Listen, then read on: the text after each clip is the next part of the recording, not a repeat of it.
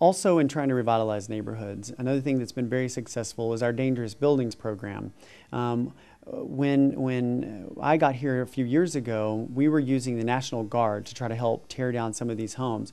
We actually found that we could save money, save the city money by doing that internally with our own city work crews.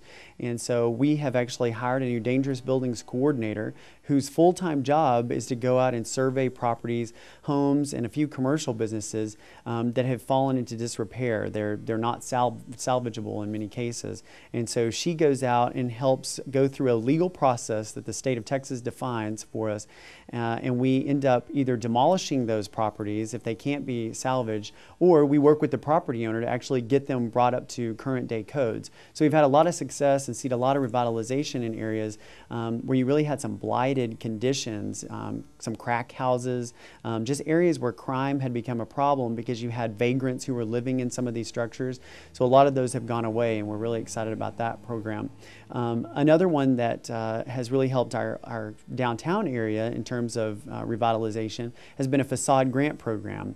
We're using those community development block grant funds that HUD gives us to actually fund renovations to buildings downtown that maybe just need some sprucing up. It may be as simple as a coat of paint, but many times it's new awnings, it's a new storefront that's historically accurate, that fits the era and the time period that the building was built. And so we've got a lot of great feedback about that, about how when you drive up and down North Chadbourn now, you can really see the difference because so many of these facades just have taken a 180-degree improvement. And so we're really pleased about that. In code compliance, we've also actually added a new code officer. That was part of the reorganization a few years ago, is we actually were able to add a new code enforcement officer. And again, that just lets us do more of the cleaning up in neighborhoods and making sure that we're maintaining property values, that we're making neighborhoods attractive and safe for the community.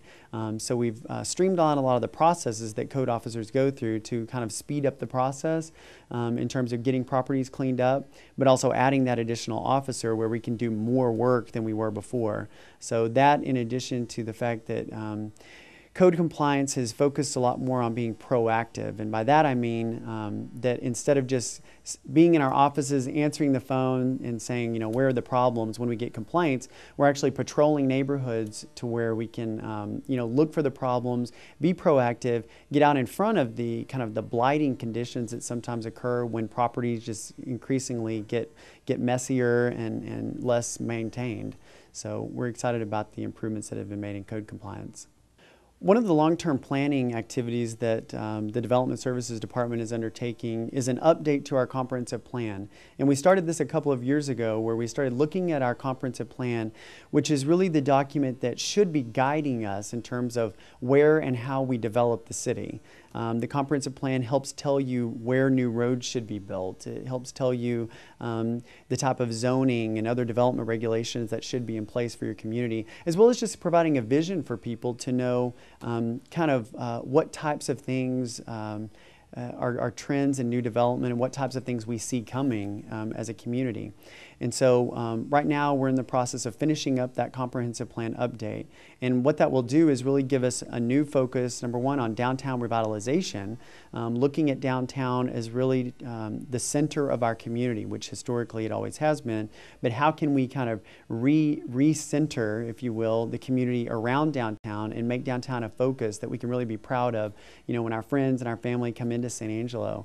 And so we're really excited about some of the plans that we've got for downtown San Angelo, working with Downtown San Angelo Incorporated. The comprehensive plan also focuses a lot on neighborhood revitalization. One of the main problems that we see in San Angelo is not in southwest San Angelo or west part of town, but really in our older areas on the east side, on the north side, and even in central San Angelo, where we're seeing a decline in some cases in property values.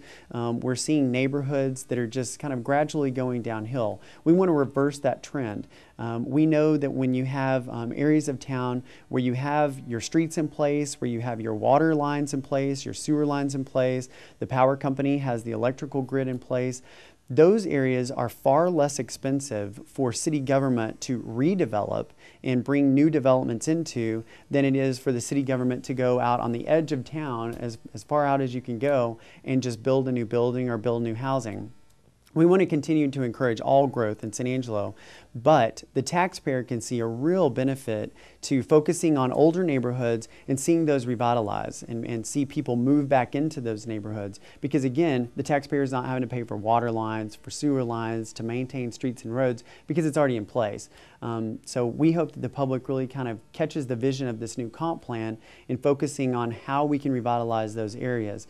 One of the things that's kind of interesting or surprising about San Angelo is the fact that compared to even the cities in West Texas that surround us, some of the larger communities, San Angelo is highly unregulated. Most people think when they come in for a permit or to get a zone change that we're very regulated, but in fact, if you look at our benchmark cities and even some of our surrounding communities, you know that things like the requirement to have sidewalks as part of new development, a requirement to have landscaping when you're putting in a commercial development, stormwater regulations where you have to control the runoff that comes off of your property.